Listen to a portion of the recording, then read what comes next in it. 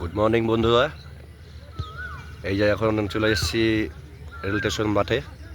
তো এখানে এসে দেখতে পেলাম ফুটবল খেলা চলছে, তাই ভাবছি ছবিটা একটু তুলে নিয়ে তোমাদেরকে শেয়ার করি।